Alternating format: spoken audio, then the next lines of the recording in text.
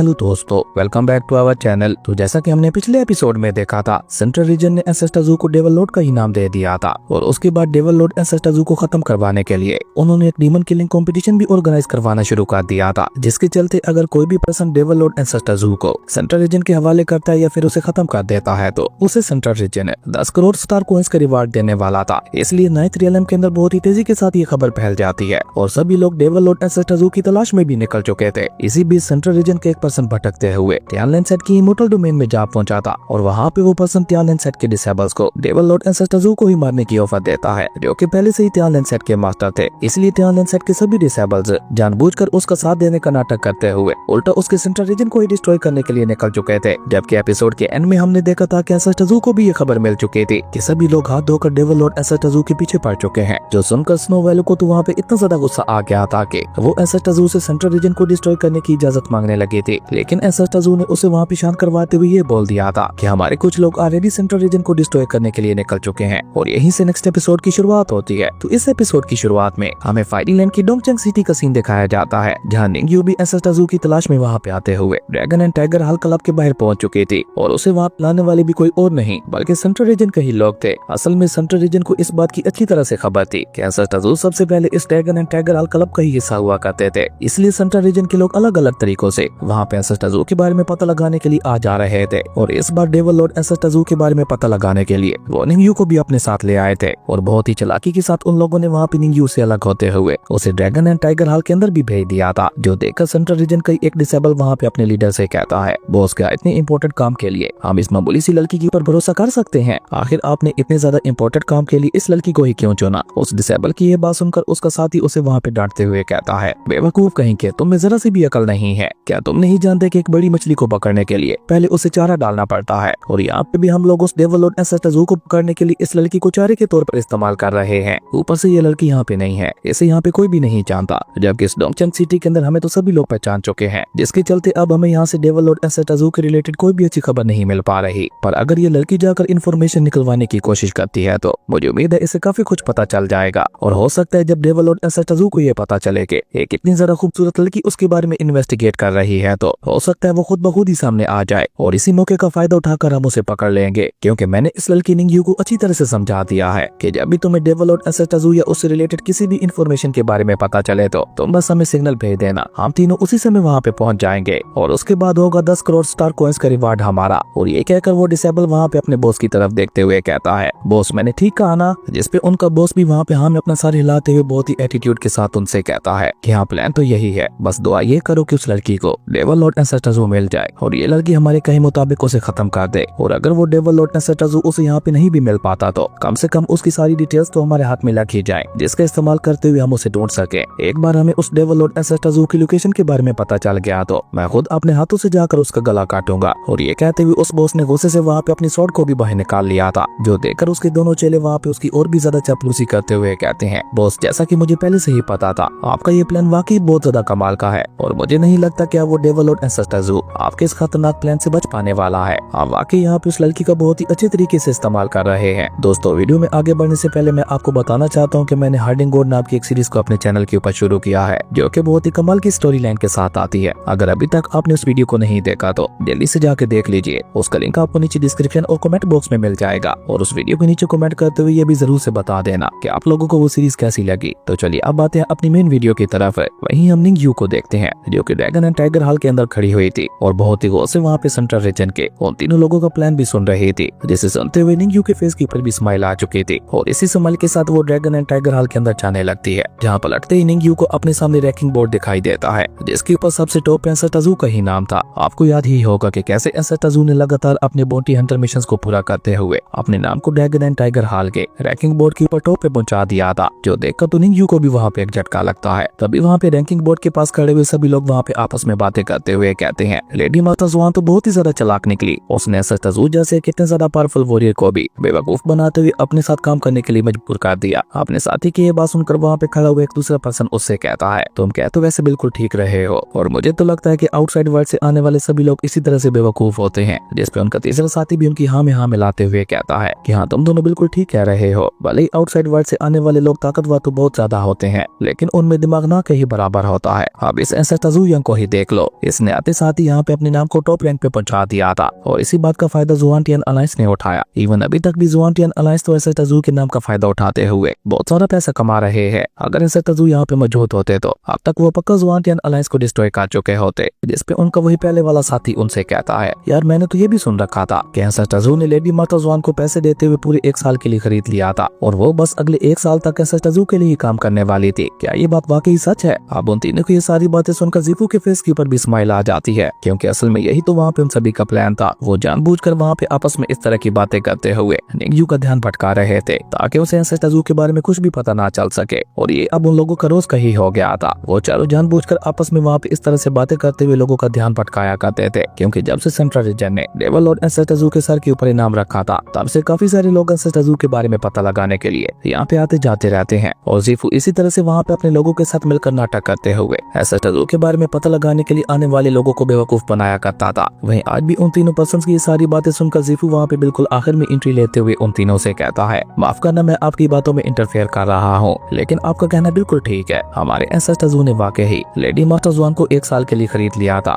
जिसका मतलब है कि अगर देखा जाए तो जुआनटियन अलायंस एसएसटजू से ही बिलोंग करता है, बिल्कुल हमारे इस ड्रैगन एंड टाइगर हाल की तरह। और तुम लोग शायद ये भी बात नहीं जानते होंगे कि जुआनटियन अलायंस जो अचानक ही पिछले कुछ समय से इतना ज्यादा अमीर हो गया है, उस सब के पीछे भी कहीं न कहीं एसएसटजू का ही हाथ है, क्योंकि जुआनटियन अलायंस एसएसटजू के रिफाइन किए हुए ड्रेस को ही बेचकर इतना ज्यादा पैसा कमा रहे हैं। अब जीफू और उसके साथियों की सारी बातें सुनकर निंगयू के फेस के ऊपर भी स्माइल आ जाती है, और वो स्माइल करते हुए वहाँ पे अपने मन में कहती है, वो तो इसका मतलब है कि मुझे बाकी की सारी इन्फॉर्मेशन है जुआनटियन अलायंस से मिलने वाली है। और ये कहते हुए निंगयू वहाँ से जुआनटियन अलायंस की तरफ निकल जाती है, जिसके बाद सीन चेंज होता है। हमें जुआनटियन अलायंस के ऑक्शन हाउस का सीन दिखाया जाता है, जहाँ निंगयू ने लेडी मार्था जुआन से मिलने की खबर भी पहुंचा दी थी, और खुद वो हाल में ही रुककर लेडी मार्था जुआन का इंतजार करने लगे थे। जहाँ अचानक ही लेडी मार्था जुआन वहाँ पे आते हुए थोड़ा गुस्से से निंगयू से कहती है, लो मैं आ गई, कौन हो तुम और आखिर तुम्हें मुझसे क्या काम था? लेडी मार्था जुआन की ये बात सुनकर निंगयू भी वहाँ पे स्माइल के साथ पीछे पलटते हुए लेडी मार्था जुआन से कहती है कि मैंने सुना है कि हमारे एसएसटजू यंग ने तुम्हें 1 साल का पैसा देते हुए तुम्हें खरीद लिया था। अब निंगयू की ये बात सुनकर पहले तो लेडी मार्था जुआन को वहाँ पे एक झटका लगता है, पर अचानक ही वो वहाँ पे बहुत ही एटीट्यूड के साथ निंगयू से कहती है, कौन सा एंसेस्टर और कैसा एंसेस्टर? तुम किस एंसेस्टर के बारे में बात कर रही हो? मैं तो किसी भी ऐसे एंसेस्टर को नहीं जानती, और वो सब छोड़ो और पहले मुझे ये बताओ कि आखिर तुम कौन हो? तुम्हारी इस ड्रेस को देखते हुए तो ऐसा लग रहा है कि तुम नाइन्थ रियलम से बिलोंग नहीं करती, जिसका मतलब है कि तुम जरूर आउटसाइड वर्ल्ड से यहाँ पे पहुंची होगी। मैंने ठीक कहा ना? और तुम इतने हजारों किलोमीटर का सफर तय करते हुए यहाँ तक पहुंची हो, इसका मतलब है कि तुम्हें वाकई यहाँ पे कोई बहुत ज्यादा जरूरी काम होगा। क्या तुम मेरे ऑक्शन हाउस के अंदर कोई खास टायर खरीदने के लिए आई हो? अब लेडी मार्था जुआन की ये बात सुनकर निंगयू भी वहाँ पे स्माइल के साथ आगे बढ़ते हुए उससे कहते हैं कि तुम्हें कोई गलतफहमी हो रही है, मैं यहाँ पे खरीदारी करने के लिए नहीं आई। और ये कहकर अचानक ही निंगयू वहाँ पे एक डेविल स्माइल करते हुए उससे कहती है, बल्कि मैं तो तुम्हें यहाँ पे खत्म करने के लिए आई हूँ। अब निंगयू की ये बात सुनकर तो लेडी मार्था जुआन के फेस के ऊपर भी स्माइल आ जाती है, और वो वहाँ पे हंसते हुए निंगयू से कहती है, ओ तो तुम्हें यहाँ पे जोंगयू अलायंस ने भेजा है। मुझे पहले ही समझ जाना चाहिए था कि ऐसी घटिया चाल उनके अलावा और कोई भी नहीं चल सकता। पर लड़की, मैं तुम्हें बताना चाहती हूँ कि तुम बहुत ही गलत जगह पंगा ले रही हो। हमारा जुआनटियन अलायंस नाइन्थ रियलम का सबसे बेस्ट अलायंस है, और अगर देखा जाए तो पावर लेवल के मुकाबले में अभी सबसे ज्यादा ताकतवर भी है, जिसके चलते हम तुम्हें तो क्या तुम्हारे पूरे जोंगयू अलायंस तक को खत्म कर सकते हैं, जिन्होंने तुम्हें यहाँ पे मुझे मारने के लिए भेजा है। इसलिए मुझे मारने की बात तो तुम अपने जिन से निकाल ही दो, और फिलहाल खुद को बचाने की चिंता करो। और ऊपर से तुम में इतनी ज्यादा हिम्मत कैसे आ गई कि तुम यहाँ पे अकेले ही मुझे खत्म करने के लिए पहुंच गई? अब लेडी मार्था जुआन की ये बात सुनकर निंगयू वहाँ पे एक बार फिर से स्माइल करते हुए उससे कहती है कि तुमसे किसने बोला कि मैं यहाँ पे अकेली आई हूँ? और ये कहकर निंगयू ने अचानक ही वहाँ पे अपनी पावर का इस्तेमाल करते हुए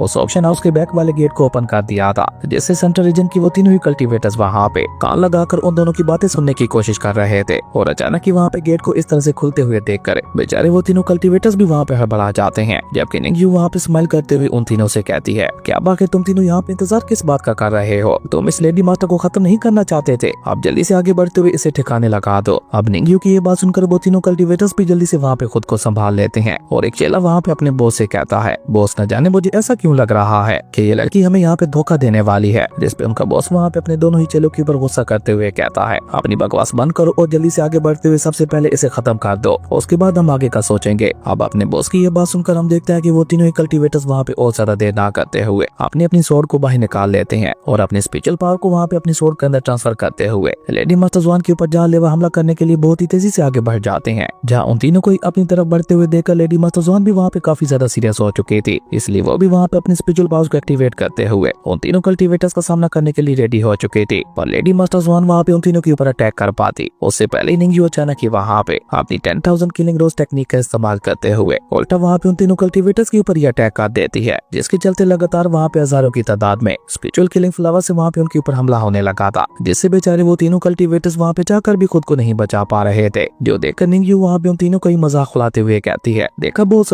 मैं आपके सौंपे हुए काम को कितने अच्छे तरीके से कर रही हूँ। बेवकूफ कहेंगे, मेरा मकसद यहाँ पे इस लेडी मास्टर जॉन को खत्म करने का था ही नहीं, बल्कि मैं तो तुम तीनों को यहाँ पे खत्म करना चाहती थी। और ये कहते हुए निंगयू अचानक से वहाँ पे अपनी पावर्स को और भी ज्यादा बढ़ा देती है, जिसके चलते वहाँ पे एक बहुत बड़ा ब्लास्ट हो गया था। और इस ब्लास्ट के साथ ही उन तीनों कल्टिवेटर्स का खेल भी वहाँ पे खत्म हो चुका था, जो कि 10 करोड़ स्टार कॉइंस की रिवार्ड का सपना देख रहे थे। जबकि उन तीनों कल्टिवेटर्स को वहाँ पे इस तरह से मरते हुए देखकर तो लेडी मास्टर जॉन को भी वहाँ पे कुछ समझ नहीं आ रहा था कि आखिर यहाँ पे ये सब हो क्या रहा है। इसलिए वो चौंक कर वहाँ पे निंगयू से सवाल करते हुए पूछती है, पहले तो तुम मुझे यहाँ पे खत्म करने की बात कर रही थी, और अब तुमने यहाँ पे उन तीनों कल्टिवेटर्स को खत्म करते हुए मेरी उनसे जान बचाई। आखिर क्यों तुमने यहाँ पे मेरी हेल्प की? अब लेडी मास्टर जॉन की ये बात सुनकर निंगयू वहाँ पे एक बार फिर से स्माइल करते हुए उसके करीब जाकर कहती है कि किसने कहा कि मैं तुम्हारी मदद कर रही थी, बल्कि मैं तो हमारे एंसेस्टर ज़ू की खरीदी हुई चीज की रक्षा कर रही थी। हमारे एंसेस्टर ने तुम्हें इतने प्यार से खरीदा था, इसलिए तुम्हारी रक्षा करना तो हमारा फर्ज है। लेकिन निंगयू की सारी बातें अभी तक भी लेडी मास्टर जॉन के सर के ऊपर से जा रही थी, जबकि निंगयू वहाँ पे ये सब कहने के बाद चुपचाप वहाँ से जाने लगती है, जिसको जाते हुए देखकर अचानक ही लेडी मास्टर जॉन के दिमाग में भी कुछ क्लिक होता है, और वो पीछे से निंगयू को रोकते हुए कहती है, तो तुम यहाँ पे ज़ू यंग के बारे में बात कर रही हो। मैं मानती हूँ कि मैं एंसेस्टर ज़ू यंग के साथ काम करती हूँ, लेकिन उन्होंने मुझे खरीदा तो नहीं है। और ये कहते कहते अचानक ही बेचारी लेडी मास्टर जॉन की गाल वहाँ पे शर्म से लाल हो चुके थे, क्योंकि उसे वहाँ पे लग रहा था कि शायद 9th रियलम के अंदर उसके और एंसेस्टर ज़ू के अफेयर की चर्चे चल रहे हैं। लेकिन वो बेचारी ये बात कहाँ जानती थी कि असल में तो ये सब जीफू ने अपनी जान छुड़ाने के लिए बोला था। उसके बाद सीन चेंज होता है, सेंट्रल रीजन के गेट हाल का सीन दिखाया जाता है, जहाँ अभी तक भी तीनों हाल लीडर्स के दरमियान मीटिंग चल रही थी, और अचानक से उन्हें वहाँ पे खबर मिलती है कि उनके भेजे हुए तीनों असैसिन्स मारे जा चुके हैं। और ये पता चलता ही उनमें से एक हाल लीडर वहाँ पे गुस्से से चलाकर अपनी जगह पे खड़ा होते हुए कहता है, क्या आखिर वो तीनों कैसे मर सकते हैं? वो तो हमारे सेंट्रल रीजन के टॉप के असैसिन्स थे, तो फिर बोलो वो इतनी आसानी के साथ कैसे मर सकते हैं? और ऊपर से वो भी उस लड़की जुआन के हाथों से। वो लेडी तो बस एक मामूली सा ऑक्शन हाउस चलाती है, तो फिर बोला वो हमारे टॉप के असैसिन्स को कैसे खत्म कर सकती है? जिस पे आल लीडर्स वहाँ पे कुछ सोचते हुए कहते हैं, इसका तो सिर्फ एक ही मतलब हो सकता है कि जुआनियन अलायंस अपनी ट्रू पावर को छुपा रहा है। लेकिन मेन सवाल तो ये है कि लोअर डोमेन में रहने के बावजूद भी उनके पास इतनी ताकत आई कहाँ से? लोअर डोमेन में कुछ तो गड़बड़ चल रही है। पहले तो मैं उस डेविल लॉर्ड ज़ू यंग को लेकर परेशान था, और अब पूरी की पूरी लोअर डोमेन ही मुझे परेशानी में डाल रही है। आज तक लोअर डोमेन के 9 रियलम्स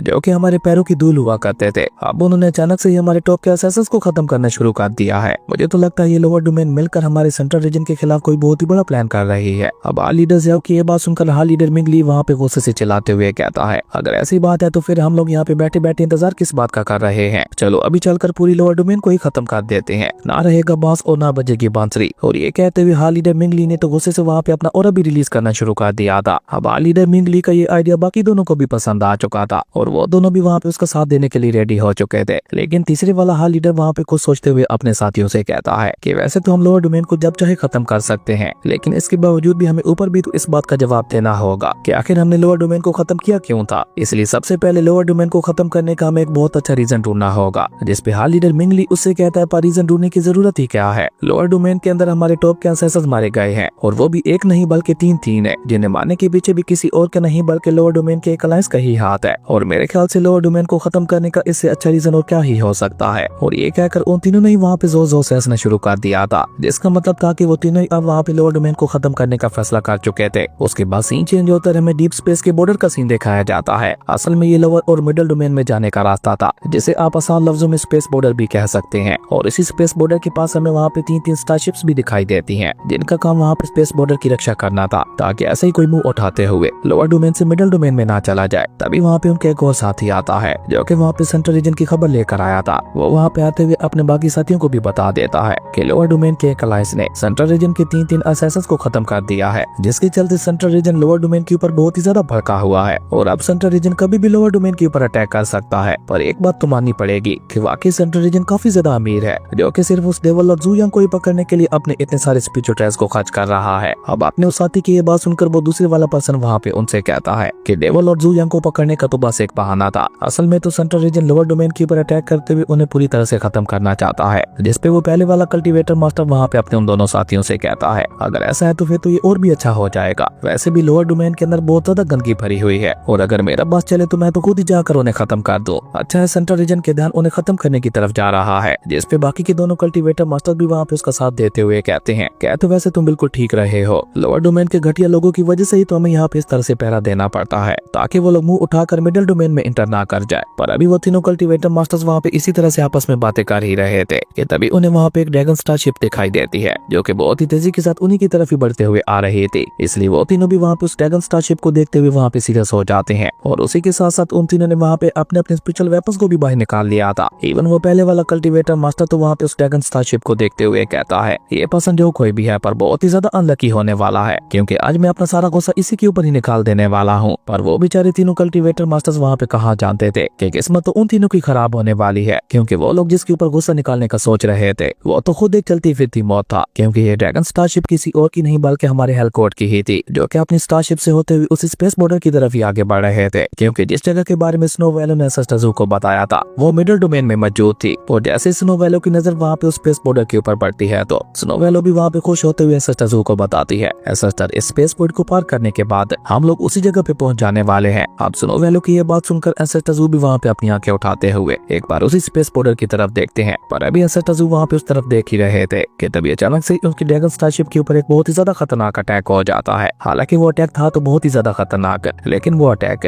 ड्रैगन स्टारशिप के ऊपर लगी हुई बैरियर को नहीं चीर पाता और उस बैरियर के साथ टकराते ही वो खतरनाक अटैक वहीं पे डिस्ट्रॉय हो गया था। लेकिन ये सब देखते हुए बेचारी स्नो वैलो काफी ज्यादा घबरा चुकी थी और तभी कल्टीवेटर मास्टर वहाँ पे चिल्लाते हुए उनसे कहता है कि हमें डार्क सेंटर रीजन के मास्टर्स की तरफ से ऑर्डर दिए गए हैं। डेविल लॉर्ड ज़ू यंग अभी तक भी आजाद घूम रहा है और जब तक वो पकड़ा नहीं जाता कोई भी लोअर डोमेन से बाहर नहीं जा सकता। और ऊपर से हमें इस बात की भी पूरी इजाजत दी गई है कि अगर कोई लोअर डोमेन से बाहर जाने की कोशिश करता है तो हम लोग उसकी अच्छी तरह से तलाशी लेते हुए उसके पास मौजूद सभी ट्रेस को भी ले सकते हैं। तो अब अगर तुम लोग अपनी सलामती चाहते हो तो चुपचाप अपने सभी स्पिरिचुअल ट्रेस को हमारे हवाले कर दो वरना यहाँ पे मरने के लिए रेडी हो जाओ। अब उन लोगों को ये घटिया बातें सुनकर एंसेस्टर ज़ू तो वहाँ पे उनकी तरफ देखते भी नहीं है, लेकिन स्नो वैलो वहाँ पे स्माइल के साथ उन्हें जवाब देते हुए कहती है, अगर तुम लोगों में हिम्मत है तो हमसे हमारे स्पिरिचुअल ट्रेस को छीन कर दिखाओ। मैं तुम तीनों से वादा करती हूँ कि हमारे स्पिरिचुअल ट्रेस को छूने से पहले ही मैं तुम तीनों को मौत के घाट उतार दूंगी। अब स्नो वैलो की ये बात सुनकर तो हम देखते हैं कि उन तीनों ही कल्टीवेटर मास्टर्स को वहाँ पे स्नो वैलो के ऊपर और भी ज्यादा गुस्सा आ चुका था। इसलिए उनमें से एक कल्टीवेटर मास्टर तो वहाँ पे गुस्से से अपना स्पीयर लेकर सीधे वहाँ पे स्नो वैलो के ऊपर हमला करने के लिए आगे बढ़ता है, जिसे रोकने के लिए स्नो वैलो ने भी वहाँ पे अपनी स्पिरिचुअल फ्लावर टेक्निक का इस्तेमाल करते हुए उस कल्टीवेटर मास्टर के ऊपर हमला करना शुरू कर दिया था। और स्नो वैलो को वो अटैक इतना ज्यादा फास्ट था कि वो कल्टीवेटर मास्टर वहाँ पे बहुत ही मुश्किल से उसका मुकाबला कर रहा था, जो देखकर एक दूसरा कल्टीवेटर मास्टर वहाँ पे उसका मजाक उड़ाते हुए कहता है, ओ तो तुम यहाँ पे हमारे खिलाफ फाइट बैक करने की कोशिश कर रही हो लड़की, ये करके तुमने अपनी लाइफ की सबसे बड़ी गलती कर दी है। और ये कहते हुए वो कल्टीवेटर मास्टर अचानक ही वहाँ पे अपनी डीमन सोर्ड का इस्तेमाल करते हुए एक डीमन स्लेयर सोर्ड फॉर्मेशन बनाने लगा था, जिसका इस्तेमाल करके उसने वहाँ पे मल्टीपल स्पिरिचुअल सोर्ड्स को क्रिएट करते हुए उनकी मदद से सीधे वहाँ पे स्नो वैलो के ऊपर हमला कर दिया था, जिसे रोकने के लिए स्नो वैलो भी वहाँ पे flowers cover the sky technique का इस्तेमाल करते हुए अपने सामने एक बहुत ही ज्यादा पावरफुल बैरियर को लगा लेती है, जिसका इस्तेमाल करते हुए स्नो वैलो वहाँ पे बहुत ही आसानी के साथ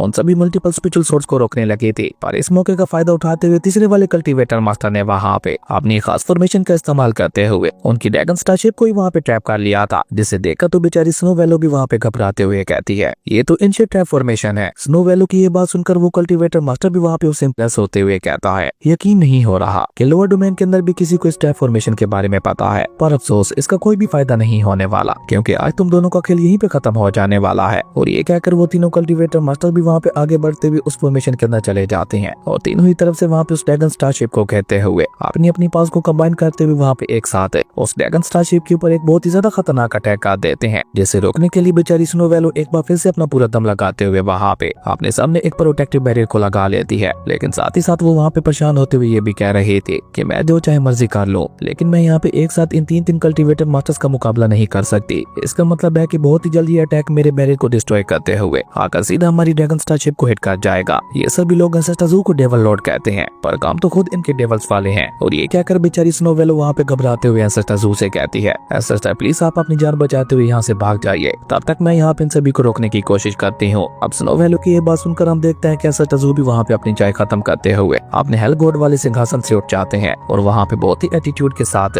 उन तीनों कल्टीवेटर मास्टर्स की तरफ ही आगे बढ़ने लगे थे, जो देखकर उनमें से कल्टीवेटर मास्टर वहाँ पे स्नो वैलो को मजाक उड़ाते हुए कहता है कि तुम्हें यहाँ पे इतनी ज्यादा मेहनत करने की कोई भी जरूरत नहीं है क्योंकि आज यहाँ पे तुम दोनों में से कोई भी नहीं बचने वाला। और ये कहते हुए उस कल्टीवेटर मास्टर ने अचानक वहाँ पे अपने अटैक की पावर को और भी ज्यादा बढ़ा दिया था, जो देखकर एंसेस्टर ज़ू भी वहाँ पे स्नो वैलो के पास आते हुए वहाँ पे उस कल्टीवेटर मास्टर से कहते हैं, तुम तीनों को ज्यादा ही बकवास कर चुके हो। एंसेस्टर ज़ू की ये बात सुनकर वो कल्टीवेटर मास्टर वहाँ पे गुस्से से चिल्लाते हुए एंसेस्टर ज़ू से कहता है, क्या कहा तुमने? लेकिन इससे आगे वो कल्टीवेटर मास्टर वहाँ पे कुछ भी कह पाता उससे पहले एंसेस्टर ज़ू वहाँ पे अपनी डिवाइन सुप्रीम पावर का इस्तेमाल करते हुए वहाँ पे एक चुटकी बजा देते हैं और उसी के साथ वहाँ पे सिर्फ इतना ही कहते हैं, डिस्ट्रॉय। और उनके ऐसा कहते ही वहाँ पे बहुत ही ज्यादा powerful divine supreme aura release होने लगा था, जिसके चलते वहाँ पे डीप स्पेस के अंदर ऐसा महसूस हो रहा था कि वहाँ पे एक नया सूरज उग रहा है। और देखते ही देखते एंसेस्टर ज़ू के डिवाइन सुप्रीम ऑरा ने वहाँ पे न सिर्फ उन तीनों की एंशिएंट फॉर्मेशन को डिस्ट्रॉय कर दिया था, बल्कि उसी के साथ वहाँ पे एक बहुत बड़े ब्लास्ट के साथ उन तीनों ही कल्टीवेटर मास्टर्स की स्टारशिप्स भी वहाँ पे डिस्ट्रॉय हो जाती हैं। और ऊपर से एंसेस्टर ज़ू ने वहाँ पे अपने डिवाइन सुप्रीम एनर्जी का इस्तेमाल करते हुए उन तीनों का भी खेल वहाँ पे खत्म करते हुए उनकी एग्जिस्टेंस को वहाँ पे उस वर्ल्ड से खत्म कर दिया था। और इस खतरनाक तबाही के बाद तो वहाँ पे ऐसा महसूस हो रहा था कि यहाँ पे स्पेस बॉर्डर के पास कोई था ही नहीं। जो देखा तो बेचारी स्नोवेलो भी वहाँ पे हैरान होते हुए कहती है, एंसेस्टर ज़ू यंग ने तो यहाँ पे बहुत ही आसानी के साथ